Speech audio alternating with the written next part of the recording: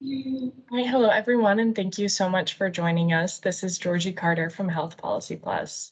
I am delighted to welcome you to today's webinar entitled Grounding Accountability for Family Planning in the Wider Legal and Policy Framework, Model for Accelerating Action.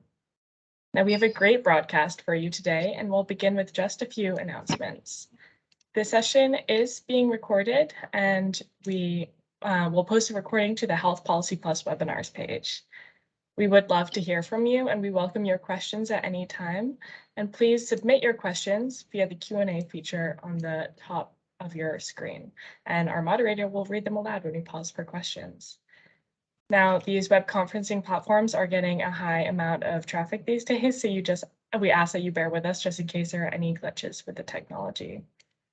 And finally, we ask that if you are not speaking, please keep the line nice and quiet and mute yourself while others are talking. And that concludes our announcements portion, and I'll now turn it over to my colleague, Katie Peel. Over to you, Katie. Thanks, Georgie. Good morning, good afternoon, good evening, everyone, wherever you are in the world. We're so happy to have you here today for our webinar. So on behalf of the Health Policy Plus project, I'd like to introduce you to today's webinar. My name is Katie Peel, and I'm a Senior Health Systems Strengthening Specialist with RTI International, and I support governance, accountability, and stewardship components of the HP Plus project.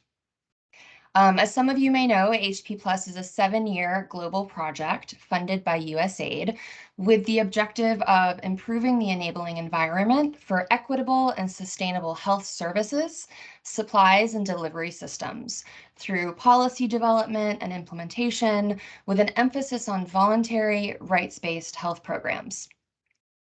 So today we'll be discussing an approach that was developed and applied in a number of different contexts, including Zambia, as well as its integration within an accountability tool that has been used in Benin, Senegal, and Niger.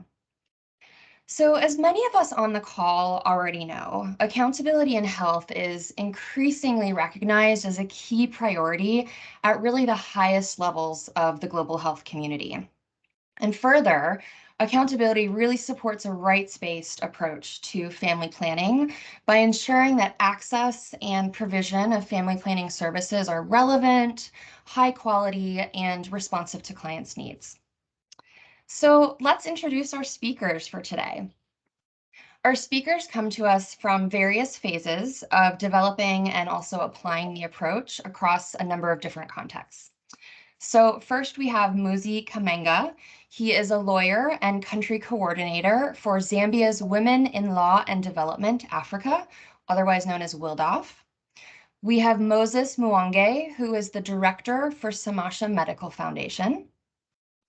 We have Charity Nageme. She's a health economist and advocacy officer, also for Samasha Medical Foundation.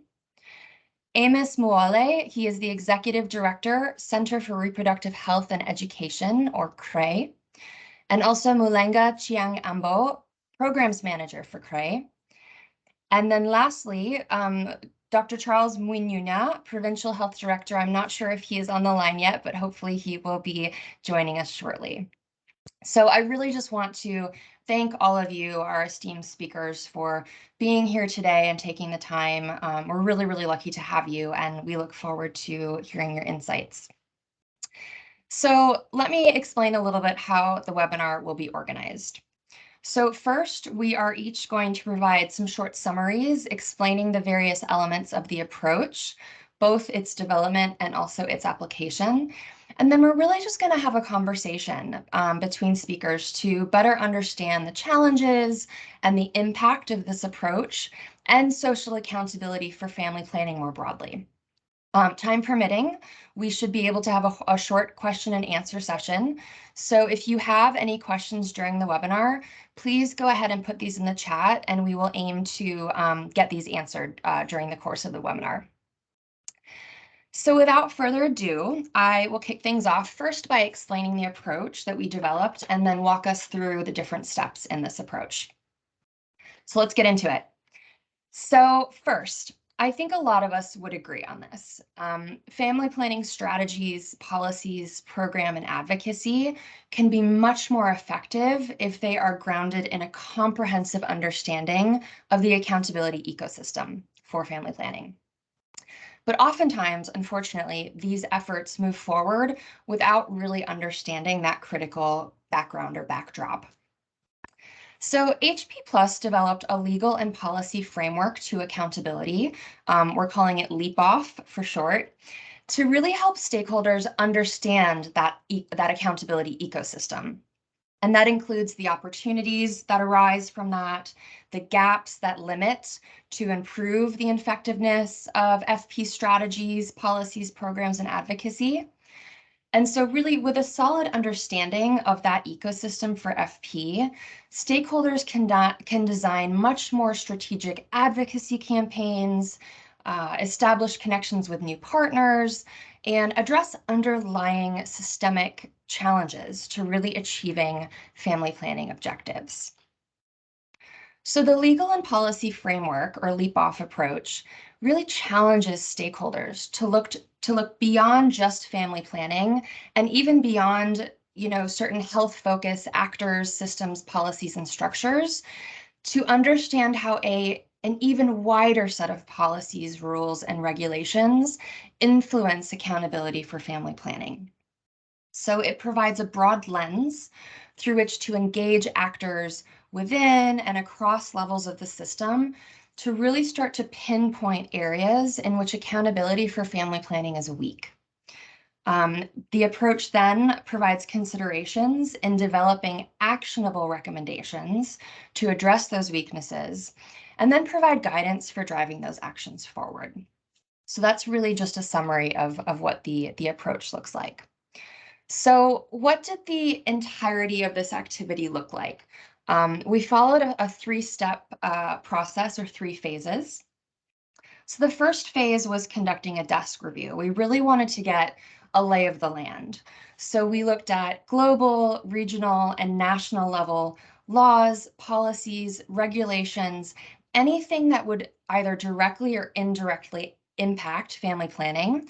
So for instance, laws affecting the flexibility for civil society to operate, or transparency in information sharing. Or another example would be whether there are comprehensive sexuality education curricula and the degree to which these are actually being implemented effectively in schools.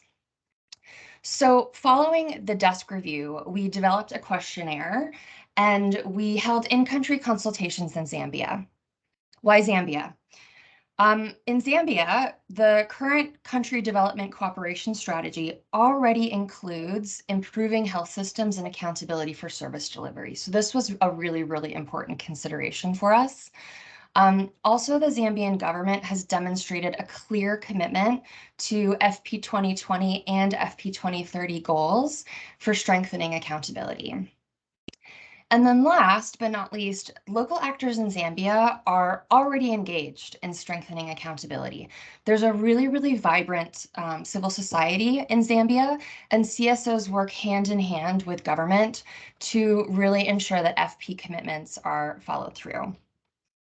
So within these consultations, we met with about 25 different stakeholders. This included representatives from Ministry of Health, Ministry of Gender, Education, other NGOs, CSOs, implementing partners, lots of different stakeholders. And what we were trying to do was to really drill down a few things during these consultations. So we really wanted to understand the overarching legal, regulatory, and policy context that affects FP. So that formed part of our questions. We also wanted to know more around the health sector policies and regulations, both with indirect and direct linkages to FP service delivery, access, promotion, and use. We also wanted to understand how laws and regulations related to FP are implemented, enforced, resourced, and endorsed. These are really important components of accountability, and we wanted to understand whether those played either an enabling role or a constraining role for FP service delivery, access, promotion, and use. Also, which was another important component, we really wanted to understand how communities were being engaged. So are citizens seeking, for instance, judicial processes, both either formal or informal, to address FP issues? So this, for instance, might look like grievance mechanisms at a health facility. Do clients use those? Is there a functional grievance mechanism process? What does that look like? And then finally, we wanted to better understand the extent of accountability and responsiveness for provision of FP in Zambia. So this really formed sort of the context or the framework for our questions. So once we concluded the consultations, we moved into the last phase. And this phase was where we analyzed data, and we used that to then identify the top actionable recommendations that would have the greatest impact for FP accountability. So we developed about a list of 10 recommendations, and we shared these back with the key informants in Zambia. And the primary group with whom we shared these recommendations was Zambia's national level FP technical working group, who had been involved in this process from the start. So with them, we prioritized the recommendations further and really came up with the top priority that would have potential to spill over into other areas. So this recommendation was, and I'll just cite this, advocate for greater public participation in planning and budgeting. So you may ask, how does that link exactly to accountability for FP? It's a good question. So we figured through these consultations and various discussions that by mandating citizen participation in these really critical processes at the district level, we hoped to improve government responsiveness to the needs of its people. And this would include family planning concerns and other health concerns at the local level. So once we had landed on this top priority, we developed a competitive solicitation and we launched this for applicants to address this top recommendation. CRHE, or CRE, was chosen from the group of applicants based on their really thoughtful approach that they put forward to address this recommendation. And we'll hear from them in just a few minutes on what that looked like. So next, I'm going to turn it over to my colleague, Muzi. As I mentioned, he and I worked together on the in-country consultations and also in drafting the recommendations, which was a really lengthy process. Muzi brought really great insight into this exercise as a lawyer who works largely in the sphere of reproductive health rights. So he had a lot of good ideas coming into this and was able to really navigate a lot of those conversations really nicely. So Muzi, given your background and your role in this activity, I'd be really curious to hear from you what you consider to be new and exciting about this kind of thinking and this approach.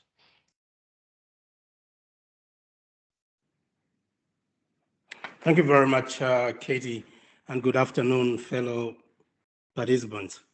May I first thank Katie for a very comprehensive summation of what this exercise was about from the Zambian perspective, but also for your own words about me. From the Zambian perspective, as regards to this approach, the key takeaways for us were that the approach was particularly important in helping to build a common consensus or common understanding of stakeholders on the opportunities and challenges that were presented by the legal and policy framework. But even more importantly, or is it more excitingly than that, was that the approach also demonstrated the depth of interplay that seemed to exist between the legal and policy frameworks and the accountability systems, particularly for family planning in Zambia. So, Muzi, what does this have the potential to impact, in your opinion?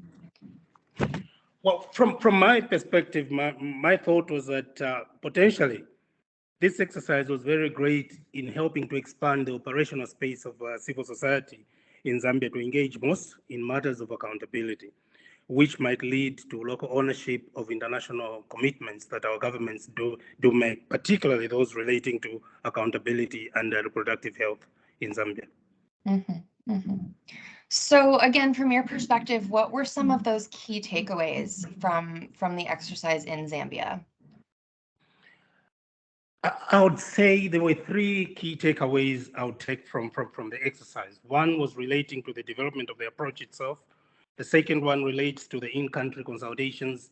And then the last one relates to the recommendations, as well as the validation, or is it prioritization of the family planning working groups.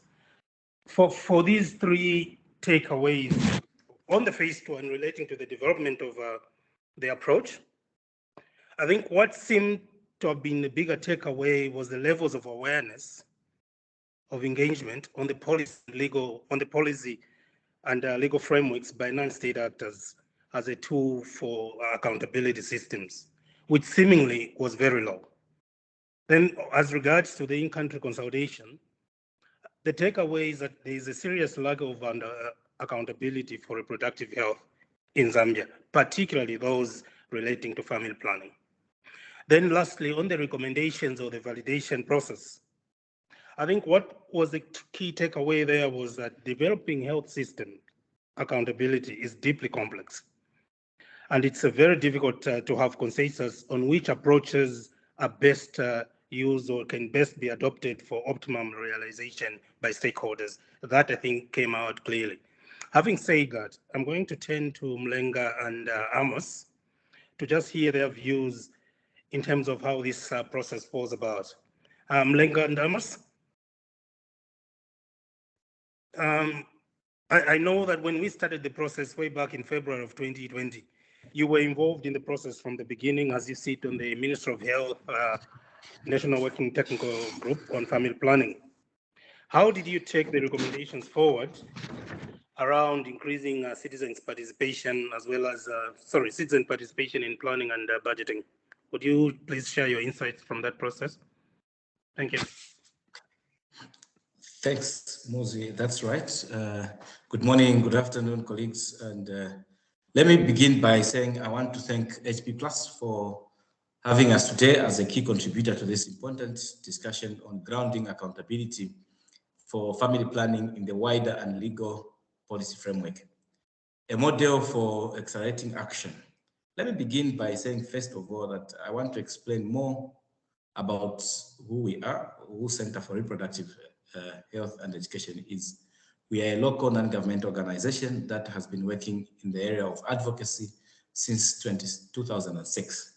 Center for Reproductive Health and Education, in short, CRE, got some financial support from HP Plus that looked at the priority of making sure that the recommendations that Katie was earlier on talking about were brought forward and implemented in a smaller project, and we decided to do it in two provinces. In Eastern Province, we did it in Chipata and Petauke. And then we further on went to the Copper Belt provinces in Ndola and Kitwe. So like you've heard, the project's aim was to strengthen governance and accountability structures at decentralization level and increase the number of citizen participation in public planning and budgeting. This is really where we felt that we would see the greater impact over the time for family planning accountability, like Mozi has earlier on alluded to. So we'll discuss further.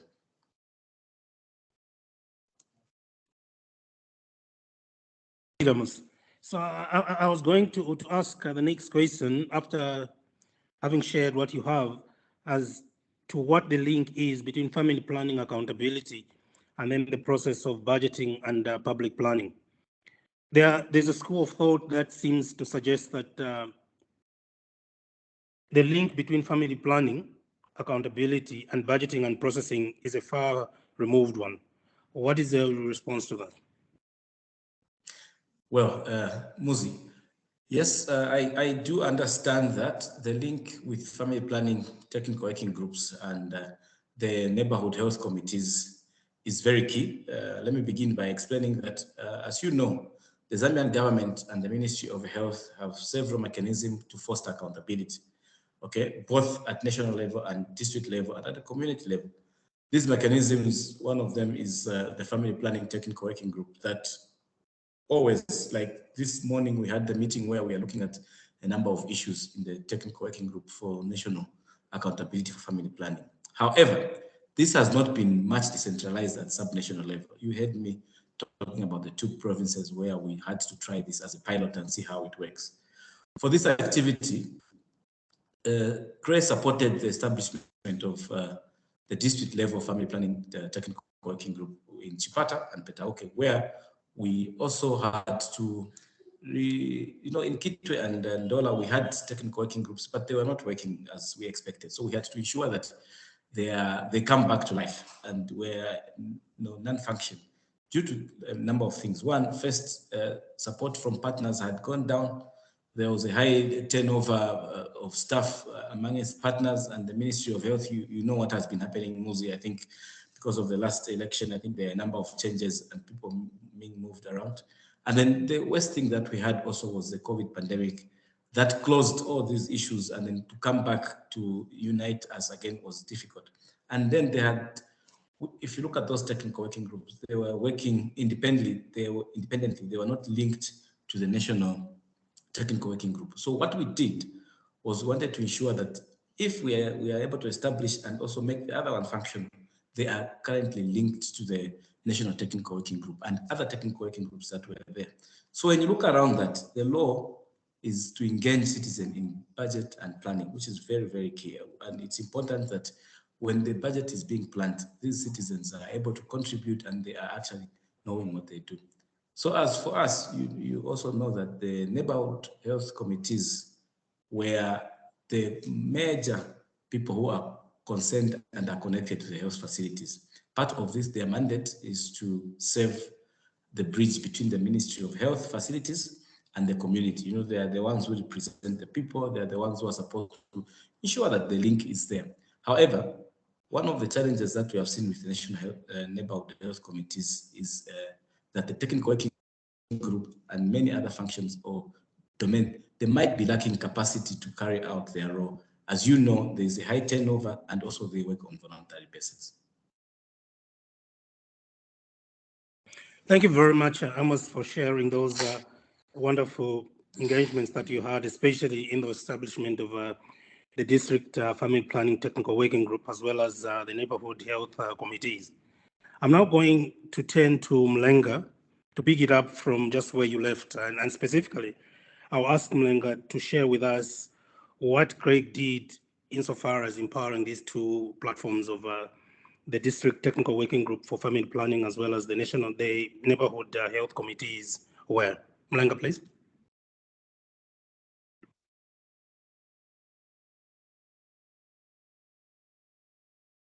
Mlenga, I think you're on mute. Oh, thank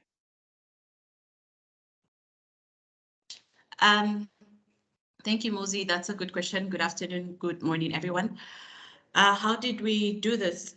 First, we oriented technical working group members and the neighborhood health committees in planning and budgeting process.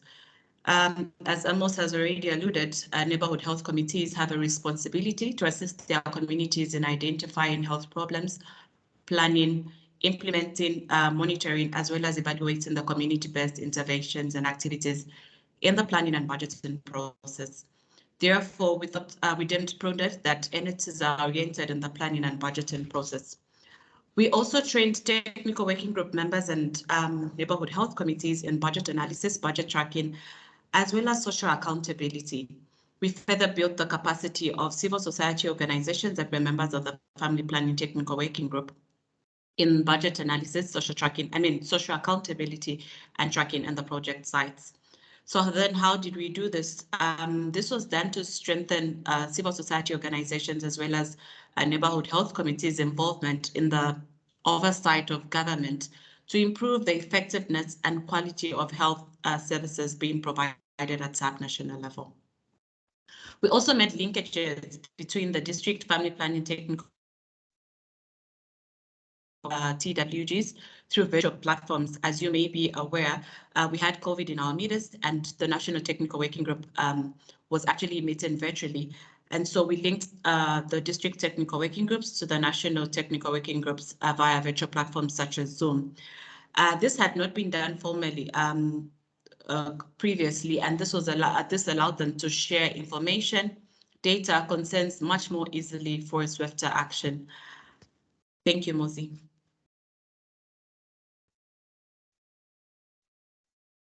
Great job you guys have done, given the amount of time you had, as well as the resources at your disposal. It does seem like a great way to it done. I'm now going to turn back to Amos to just share with us on his thoughts, picking it up from what the both of you have shared. Amos, how do you think this has impacted or will ultimately impact greater accountability for family planning moving forward?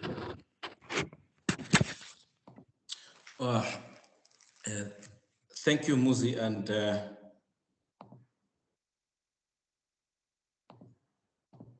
thank you so much again.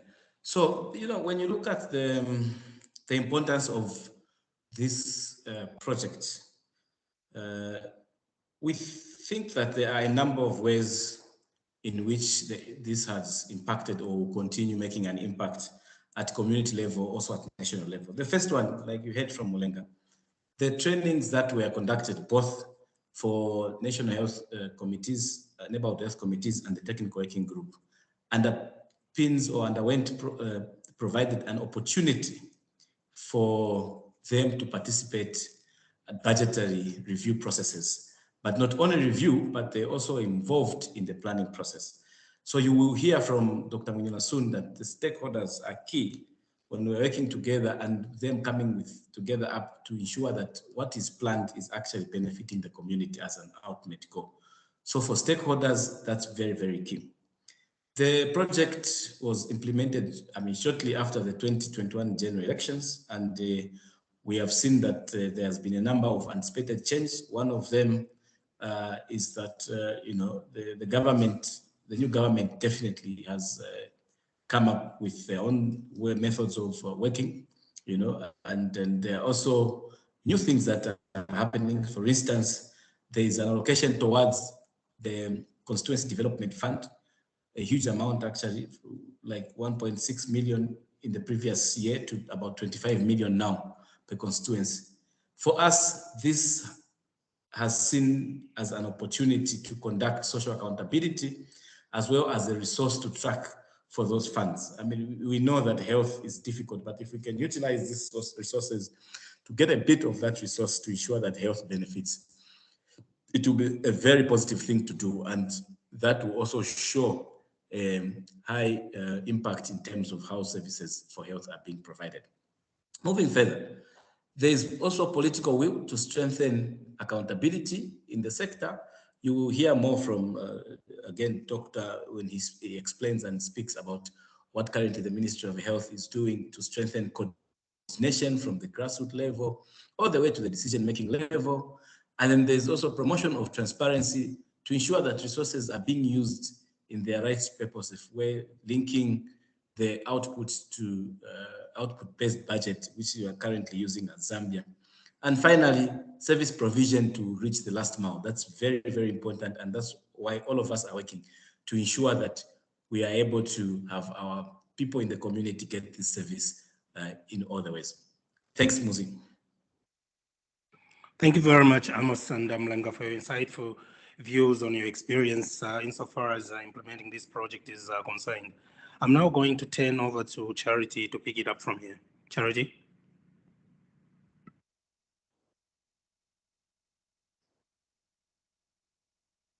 Thank you.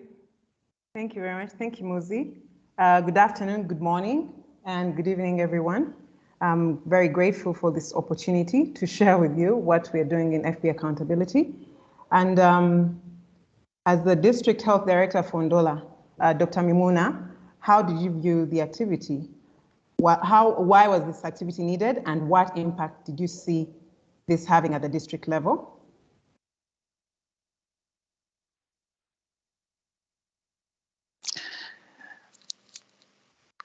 Hello, Charity. Thank you so much. Thank you so much for that question. Yes, I was District Health Director then for Ndola, and the Ministry of Health acknowledges that offering quality, consistent, and timely health services for our citizens requires optimal health systems functioning, and that includes strong accountability for results and impact. and not just clinical services. So our ministry, therefore, valued the partnership that we had with across the sectors to ensure that social and economic determinants of health are addressed progressively. The activity was needed because obviously it helped reinvigorate the family planning technical working group, which was not functional at the time due to the number of reasons such as the COVID-19 pandemic.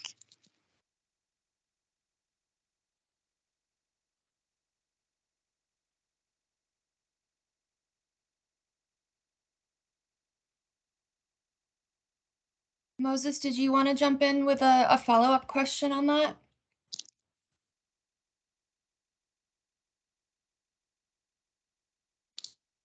I think you may be on mute. Sure. I would like to come and thank the team. You did a really good job. Do you think that the NHCSA and FP Technical Working Group will continue to be more engaged in district level planning and budgeting process going forward? Yes, certainly. We are very hopeful that will continue. Let me start by expressing my sincere gratitude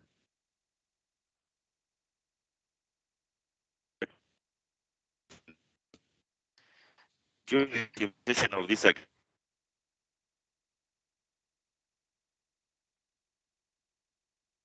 and family technical working group members in the planning and budgeting process.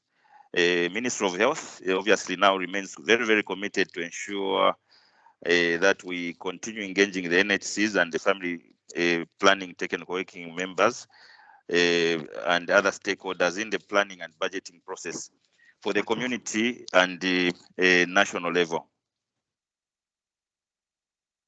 Great. Thank you, Dr. Mununya.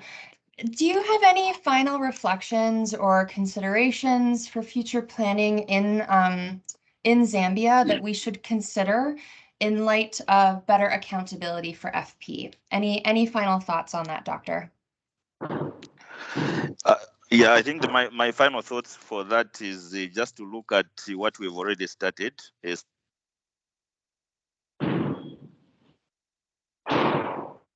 And also ensuring that when we do this very correctly, we'll have positive health outcomes for our community. So strengthening the community structures at the community will be very, very critical for us, especially now since we are going into the planning, the MTF planning cycle. Within July, August, we should be doing that. And so that engagement will be very, very critical so that we sustain the gains that we have made with our partner.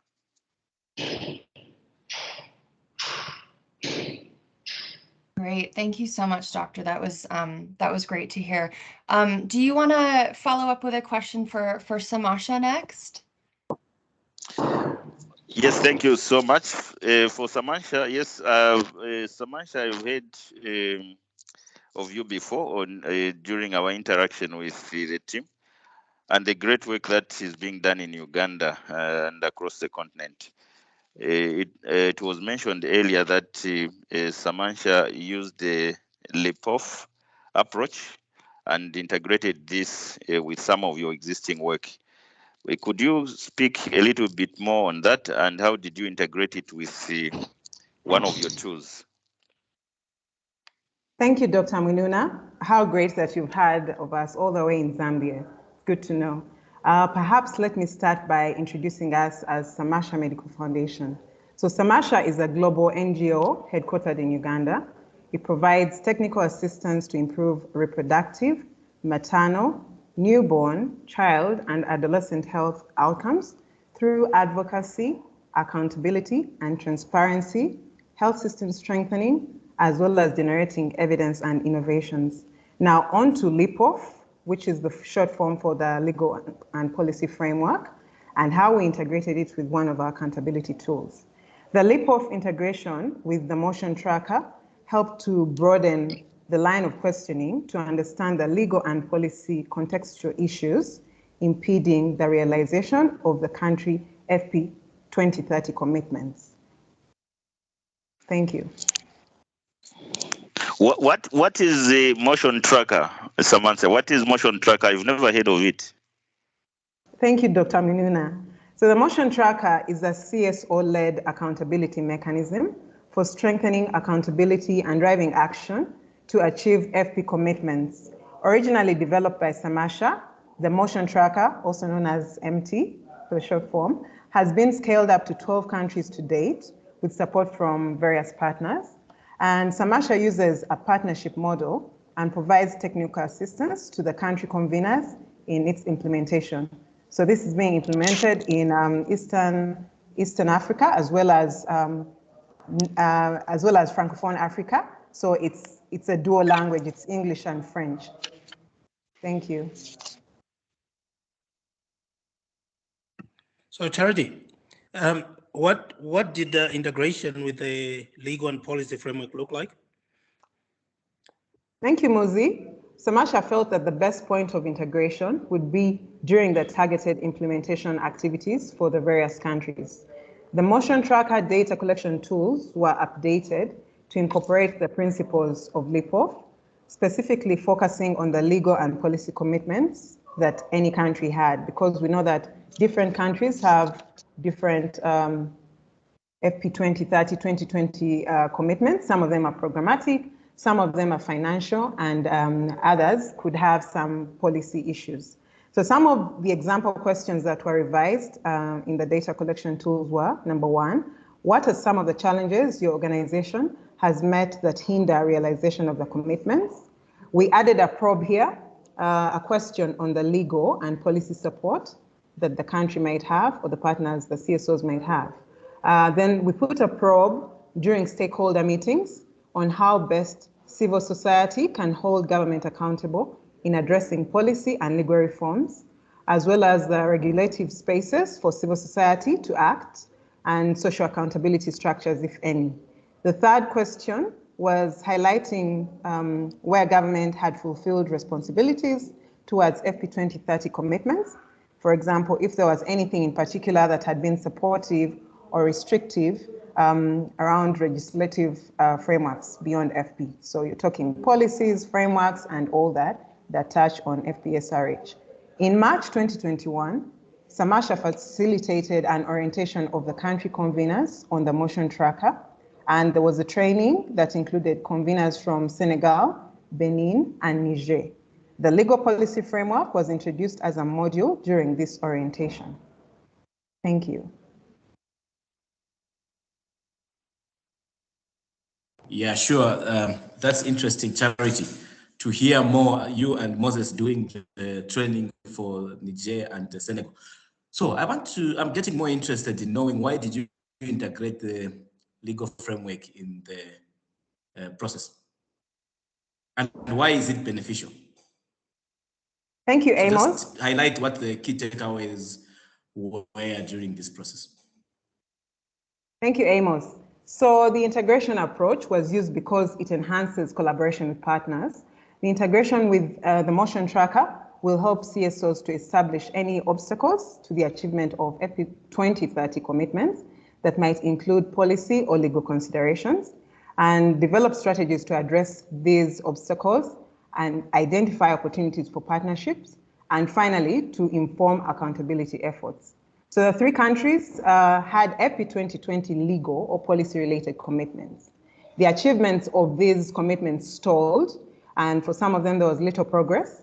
And by December 2021, they had launched new commitments to the FP 2030 partnership. Currently, these countries have embarked on the first phase of data collection of partner contributions towards the country-specific FP 2030 commitments. Thank you. Many thanks for sharing those insights, Charity. Just wanted to pick it up from there. How did the LIPOF specifically change the way these three countries you've mentioned earlier approach their line of questioning in unpacking the barriers to commitments and setting the action plans? Thank you, Mozi. As I previously mentioned, for each of these countries, they had specific legal and policy frameworks. So what the LIPOF did was to try and contextualize those for each country, such that when they were developing their commitments, they were able to better understand the barriers and enablers to the previous 2020 commitments going into 2030. So to ensure that any barriers were addressed, or if there was some sort of compromise or any other way to approach these issues, and also without getting into any legal trouble, they referred to the legal and policy framework to see how to navigate this. So for those countries that had commitments that had stalled, they were able to design new approaches in such a way that they get quick advocacy wins, and also they are able to hold specific actors responsible for the legal issues that indeed affect everything else in the implementation of FP. Thank you. Wow, Charity, that's interesting to hear, actually. Now, I'll be curious to hear from the different speakers here, what are some of the other major legal and policy barriers you have seen, I mean, both in Zambia, Uganda, and any other country regarding to issues of accountability for family planning? I mean, anyone can pick it up.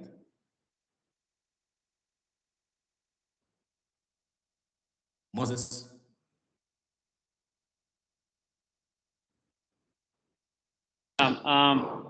Yeah, thank you so much, Amos, and the panelists for this wonderful presentation. I'm learning a lot. I thought I knew LEPOF, but now I'm learning more from Zambia. Really, this innovation, LEPOF, is really going to change the way we do things, and more especially in this era of FP 2030. For example, in Uganda, we have commitments, but in Uganda, we've decided to take a mutual accountability approach, but also positioning family planning as a development issue rather than a health issue. And here, LEPOF comes in really to make sure that we link all the areas, because in Uganda, we are linking FP 2030 to education sector, Ministry of Gender, Ministry, National Planning Authority, Ministry of Health, and all those sectors are coming together to push forward the commitments. And within there, we have policies that are cutting across sectors, like the sexuality education policy. Right now, we are having the out-of-school sexuality education policies. All those are now commitments that Uganda has made. And we hope that the leap of coming off will help us be able to work even at sub-national level, because at sub-national level, the leader of the multi-sectoral approach within the human capital development is the education officer. So you can imagine now the education officer is coordinating all sectors, including health. So LEPOF is really helping us, and we hope to achieve a lot by using the LEPOF approach to advance FP 2030 commitments. Thank you. That was an example from Uganda.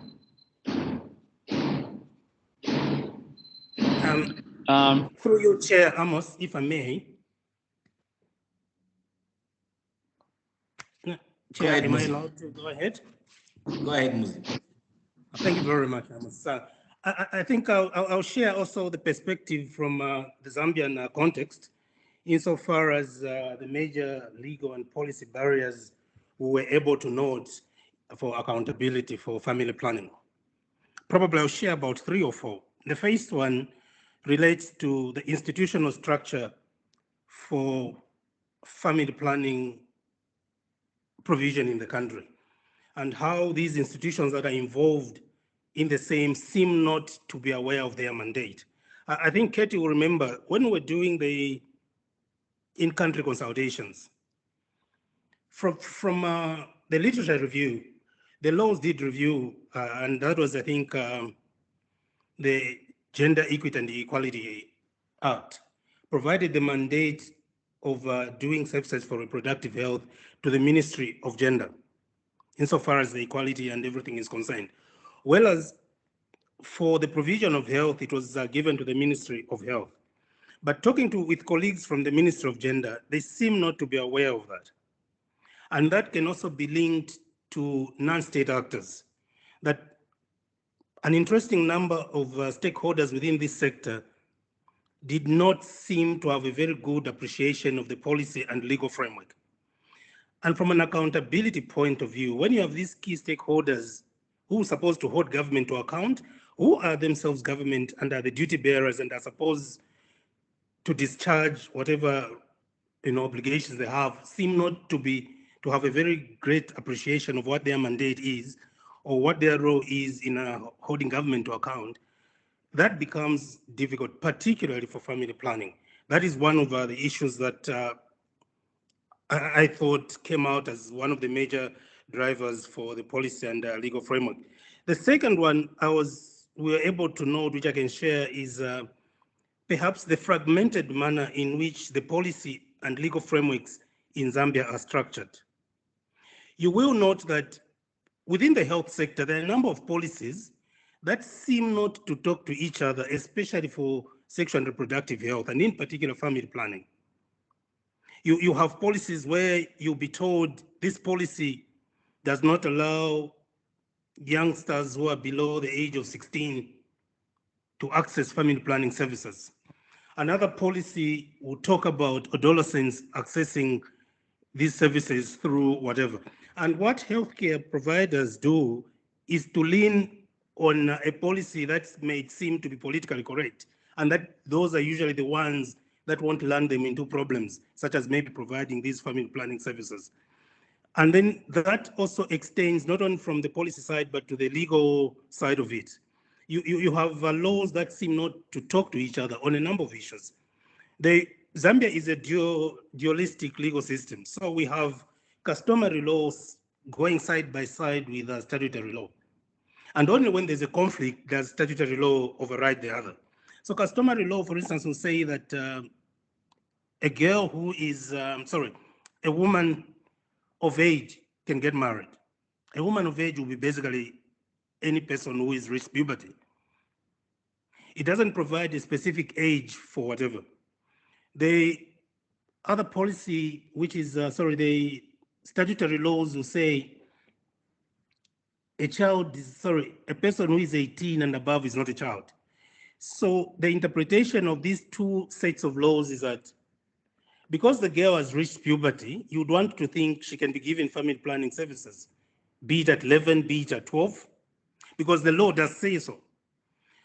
But because the statutory law says a child is any person who is 18 and below, providers will refuse to provide services to an 18-year-old married woman because she does not qualify under the Constitution, whereas the other law she does qualify. So what that does ultimately is that it brings about a subjective interpretation of the law by service providers. A service provider can choose to lean on the customary side of the law and provide services to all women or girls who are of age. She might as well choose to lean more on the statutory side of the law and refuse to provide services of family planning to women who might not yet be 18, but are basically women of age and do qualify for all intents and purposes to access those services. And there are a number of laws even relating to, the Constitution when it says, it does not have a specific provision to grant us, access to information. But on the other hand, we've been trying to push, and we've embedded in some laws the access to information bill provisions that I can demand for information relating to issues that maybe concern me. That's why was it in 2020 our government passed the National Public Planning and Budgeting Act. I can demand to be part of the processes for the doctors' provincial sector in planning whatever. So you have all these kind of conflicts within the policy and legal framework that has made it a bit difficult, I think, to do what. Then the other barrier, which is a bit controversial that I can share, relates to political will. There isn't just enough political will to do this. And you might credit Zambia for the good work it has done in terms of committing to the 2012 family planning commitments to 2030. It is my personal view, and Zambians who are here might correct me. It is my personal view that that particular movement was done by somebody who worked in civil society, and by the hand of fate, happened to have been Zambia's first lady. Not so much that it was a well-grounded government policy from way back, and it was always going to be that we'll commit to this. It just seemed that Dr. Kaseva did make a personal effort to push the country to do so. But I think Zambians who are here might want to have a different view to that. But my personal view is that that seemed to have been the drive. And that also underscores the political will of what it can do. And for our shortcomings within family planning, it seems the political will has never just been to acceptable levels. Then the last one, which I can share, is probably the vested interest that cooperating partners have in the health sector. There's a lot of investment by cooperating partners in the health sector. But what that has done is that it has brought also a number of stakeholders, especially international NGOs, to work in the health sector. But because the money is not coming from Zambia, the money is not Zambian money, the levels of accountability, especially for family planning, seems to be low because this is not Zambian money. These NGOs that have come from afar are basically, or have their only, what can you say, they would rather be more accountable to where they're getting the money than here. So they will provide services here, but they will not hold government to account in the way that if we had local ownership, local funds for the sector, Zambian NGOs and the Zambian public would hold government to account. And all these factors ultimately have tended to come out as barriers to the legal and policy framework for accountability of family planning. Those are my insights for now. I will hand it over to the next speaker, please. Thanks. Thank you, Muzi, for that very extensive experience. I think you preempted the question that I had on how we can overcome these challenges. So I guess I'll hand this over to Mulenga.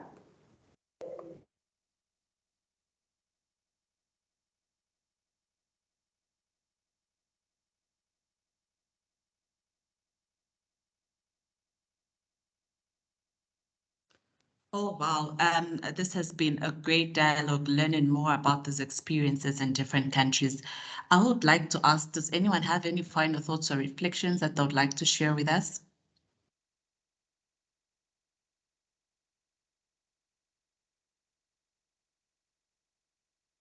So thanks, Mulenga. Let me begin.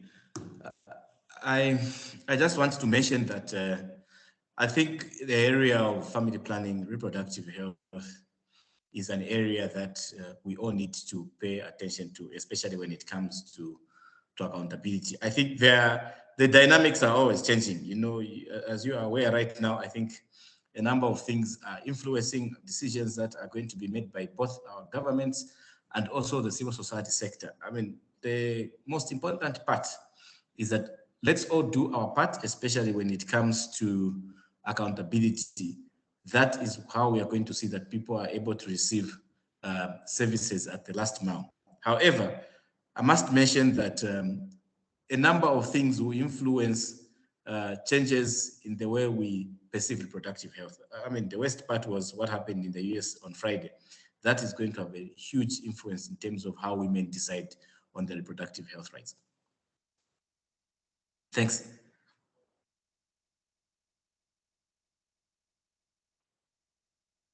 Anyone else? Final thought? I know we just have a few minutes left, so probably just time for one more final thought.